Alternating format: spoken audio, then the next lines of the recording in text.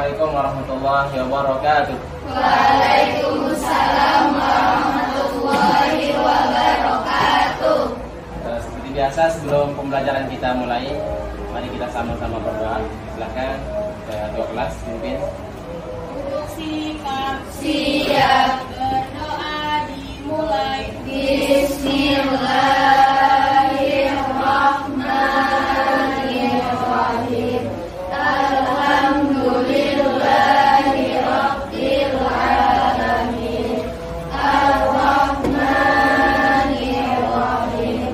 Maliki yaumiddin.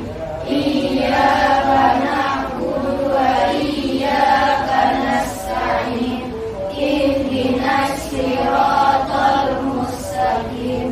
Siratal ladzina an'amta 'alaihim ghairil maghdubi 'alaihim waladdallin. Bismillahirrahmanirrahim. Radina billahi rabba wa bil islami dina wa bi Muhammadin nabiyya wa rasulah.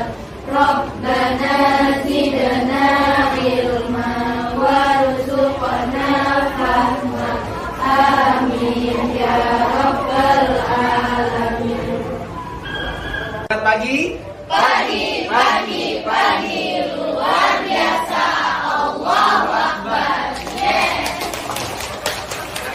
Baik, anak-anak hebat. Pertama, sebelum pembelajaran kita mulai, Bapak ingin menyampaikan pertama sebuah ungkapan ulama yang luar biasa yang mengatakan al-yawmu sohaifu ajalikum fakhaliduha bi ahsani a'malikum.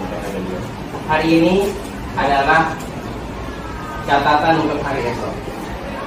Hari ini adalah catatanmu yang kalian akan tahu atau akan dibaca, akan diketahui oleh orang banyak pada saatnya nanti. Maka fakhaliduha bi ahsani a'malikum. Maka abadikanlah, dokumentasikanlah amal-amal terbaik kalian setiap harinya, sehingga itu akan menjadi sebuah kenangan yang baik pada generasi berikutnya. Jadi ini sebuah quotes atau kata-kata hikmah yang sangat menggugah buat kita, supaya sebagaimana setiap hari, setiap waktu kita selalu berbenah diri menjadi orang yang hebat, menjadi orang yang baik. Ya, bayangkan saja orang-orang soleh terdahulu itu sampai sekarang cerita kisahnya itu dibaca oleh orang-orang zamannya, ya. Bagaimana kesempatan Imam Al-Ghazali, bagaimana Imam Ibn Sina dan seterusnya, penemu ilmuwan barat ataupun penemu ilmuwan muslim saatnya pada saat. Baik, berikutnya kita akan sedikit persepsi, ya, menyamakan pendapat terkait materi kita di kelas 9 ini. Jadi materi kita adalah tentang apa? Sejarah apa? Islam di Nusantara. Sejarah Islam di Nusantara. Ada yang nanya nggak? Kenapa tidak menyebutkan sejarah Islam di Indonesia? Kenapa? Ayo, ini pemantik, ya, pemantik buat kita semua. Sebagai pemancing lah awal supaya berpikir. Dari Hana? Benar sekali, karena kenapa dulu? Ya, kenapa tidak menggunakan Indonesia? Karena pada saat Islam masuk, saat itu Indonesia belum bernama Indonesia. Indonesia bernama Indonesia sejak tahun ditetapkan pada tanggal 17 Agustus 1945. Sedangkan sebelumnya bernama apa? Ada sebelumnya lagi apa? Hindia Belanda. Kalau Belanda belajar PKN. Nah, sebelumnya bernama Nusantara. Baik, supaya menjadi kebiasaan yang baik, saya persilahkan kalian untuk sama-sama kita membaca buku sejarahnya 15 menit untuk menambah literasi kita, ya. Silakan dibaca dari halaman 4 sampai halaman ya 8 atau lebih ya. Sebagai tambahan literasi hari ini 15 menit ya. Silakan kita sama-sama baca materi.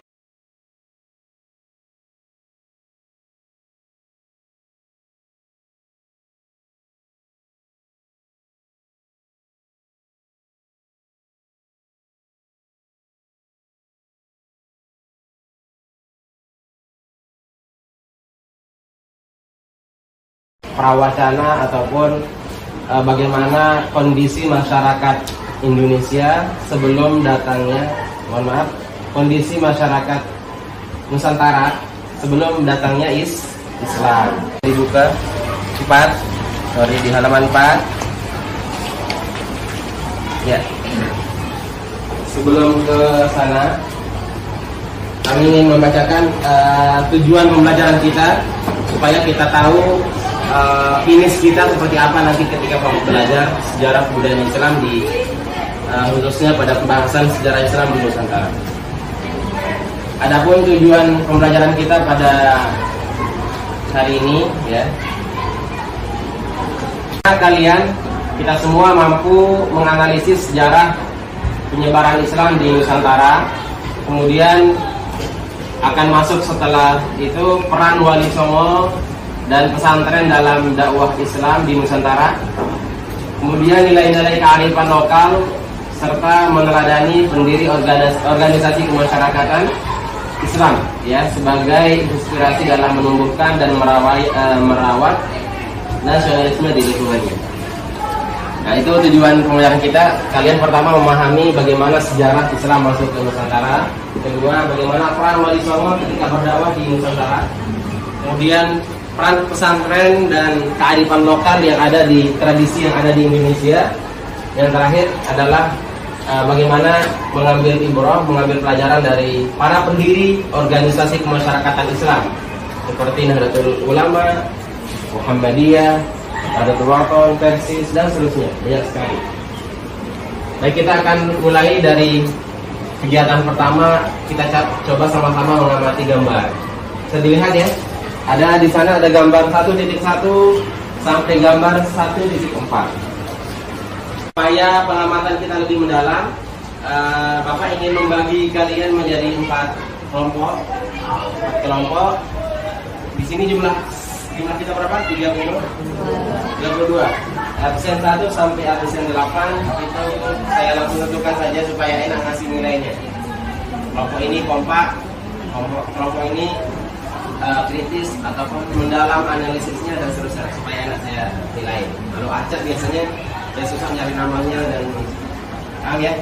Oke, kelompok 1 dan kelompok nomor absen 1 sampai nomor absen 8 silakan kelompok 1 di posisinya boleh di sini. Ya. Atas kefokusan kalian. Coba ini apa? Ini telunjuk. Yang ini jari tengah.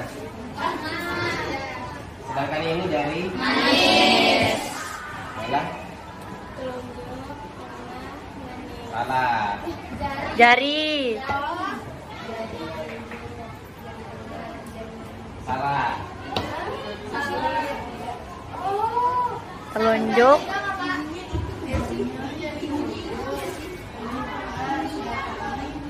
Ya, benar. Tepuk tapi tidak sampai mengena. Paham ya? Coba. Ganjil, genap, ganjil. Ganjil, genap, ganjil. Gayanya tetap gini. Oke, kita mulai ya. Yang ada tepuk ketika genap berarti salah. Fokus. Genap, ganjil, genap. Jangan tepuk kalau genap. Kan genap terakhir ya. Oke, saya ulang. Genap, ganjil, genap. Oke. Fokus ya. Dan menulis. Ya, menulis hasil analisis gambarnya. Pertama, ke gambar kelompok 1. 1.1. Itu ada peta penyebaran Islam di abad 1 sampai 16 Masehi ya. Nah, tugasnya adalah lihat di bawahnya ada deskripsi di bawah gambar. Gambar 1 adalah peta dan ruang kosong sebagai deskripsi sederhana proses penyebaran Islam di Indonesia. Ada tanda panah ke arah kosong dan tercantum tanda tanya, ya enggak? Ya, yang mengisyaratkan apakah Islam datang ke Indonesia pada masyarakat hampa, belum berbudaya, belum mengenal agama atau kepercayaan, belum ada kekuasaan atau pemerintahan, dan lain-lain. Jawabannya tentu tidak, karena Indonesia sudah ada, Nusantara sudah ada, sistem pemerintahan sudah ada, walaupun kerajaan ya. Kemudian apa lagi? Sudah punya kepercayaan. Nah, yang kalian buat adalah buatlah, rumuskan beberapa pertanyaan. Berarti kalian buat pertanyaan. Cukup pertanyaan, gak usah jawaban. Mengapa, siapa, kapan, di mana. Paham ya? Itu kalimat tanya. Oke, next. Kelompok 2. Kalian mendapatkan gambar 1.2. Nah, gambar ini merupakan ilustrasi kedatangan apa? Saudagar Arab ke Indonesia. Selain sebagai saudagar, mereka juga sekaligus menjadi muballigh, orang yang menyampaikan dakwah, mengajak ke Islam, yang disambut masyarakat setempat dengan ramah. Rumuskan beberapa pertanyaan berkaitan dengan strategi atau metode yang digunakan para dai kepada masyarakat. Apa strategi dakwahnya menghadapi masyarakat Indonesia saat ini? Buat 2 pertanyaan. Paham ya? Semuanya diskusi dulu, sepakati pertanyaan seperti apa, baru pilih sama-sama. Masing-masing nulis, bukan satu orang. Paham ya? Saat ini juga adalah gambar merupakan ilustrasi jalur kedatangan saudagar Islam ke Indonesia ya. Dari berbagai negara, mereka disambut masyarakat tempat dengan ramah. Rumuskan beberapa pertanyaan berkaitan proses penyebaran Islam di Indonesia. Proses penyebaran Islam itu seperti apa? Ya, kalian diskusikan, buat pertanyaan, pastikan pertanyaannya ada jawabannya. Jangan buat pertanyaan yang halus, artinya nggak ada jawabannya. Itu ada Al-Quran, ada kebinekaan, lalu menjadilah sebuah penerapan ajaran Islam dalam bentuk Negara Kesatuan Indonesia NKRI Pancasila. Nah, itu. Gambar 4 merupakan ilustrasi penanaman nilai-nilai ajaran Islam kepada masyarakat Indonesia dengan berbagai suku bangsa, budaya, dan bahasa yang berbeda. Dari Sabang sampai Merauke. Rumuskan beberapa pertanyaan terkait corak atau karakteristik keislaman di Indonesia. Ciri khas keislaman Indonesia itu seperti apa? Di bidang politiknya seperti apa? Bidang sosialnya, ekonominya, ada di buku yang kalian baca tadi. Oke, buat 5 pertanyaan minimal dengan kalimat tanya yang sudah ada.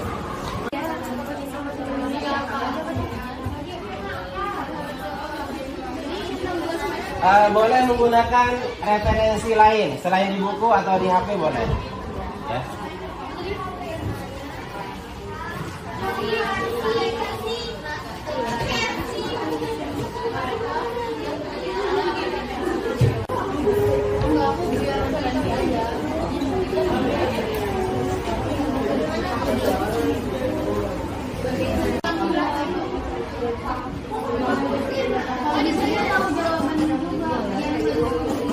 Sudah selesai? Kelompok 1 sudah ya? Kelompok 2 sudah. Kelompok 3? OTW.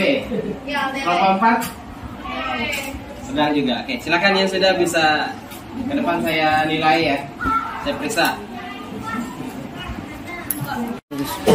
Nah, gini. Kelompoknya di sini terus ya. Oke ya.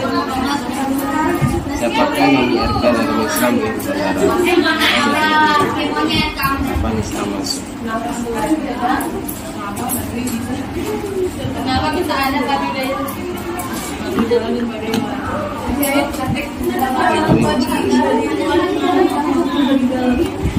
Oke, tanggal 24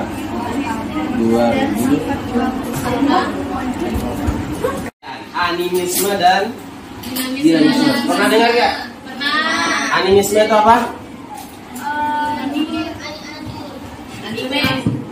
Animisme adalah paham Agama. yang mempercayai bahwa ruh-ruh orang yang meninggal itu masih ada bersama orang yang hidup, tapi beda alam.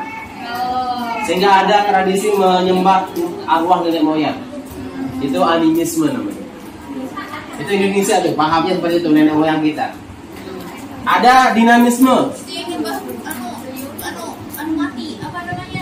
Kayak pohon. Ya, paham yang menganggap alam itu memiliki kekuatan magic, sehingga dia menuhankan itu, seperti keris, bukan kuiris ya, kuiris bukan, tapi keris, oh, keris, cincin itu dianggap punya kekuatan sehingga dipuja-puja, dianggap sebagai Tuhan. Di rumah saya punya cincin, itu ajaib. Kalau dipakai di warung itu tidak bayar. Iya, karena cuma duduk nggak makan.